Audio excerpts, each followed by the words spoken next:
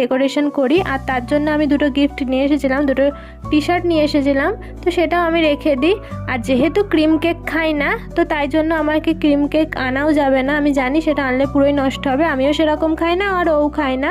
তো সেই জন্য আমি বাজার থেকে ব্লিঙ্কিট থেকে অর্ডার করেছিলাম, যেটা উইঙ্কিজের কেক। এটা খুব সুন্দর খেতে আর খুব অ্যাফোর্ডেবল, আর তার জন্য আমি এটাই অর্ডার করেছিলাম।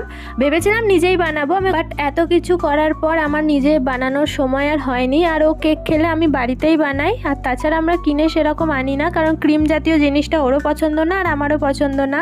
কিন্তু আমার হাতে সময় না থাকার কারণে আমি অর্ডারই করে দিয়েছিলাম। তারপর রাতে ডিনারেরও টাইম হয়ে গিয়েছিল, তো তার জন্য আমি যা যা রান্না করেছিলাম নিয়ে চলে আসি আর বলি যে আমি যতক্ষণ না আমি সাজাবো তুই আসবি না।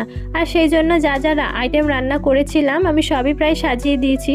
আর স্যালাডও কেটেছিলাম, আর নিয়ে এসেছিলাম আইসক্রিম আর 5 রকমের মিষ্টি আর রসমালাই, যেটা খুব ফেভারিট, আর এইসবই নিয়ে এসেছিলাম। আর কুরকুরে, চকলেট, এগুলো তো আনতেই হয়। এবার আমাকে হঠাৎ করে বলে যে পায়েস আমার জন্মদিনে আমি একা হাতে কেন খাবো, তো তার জন্য আমি একটু পায়েস খাইয়েও দিলাম।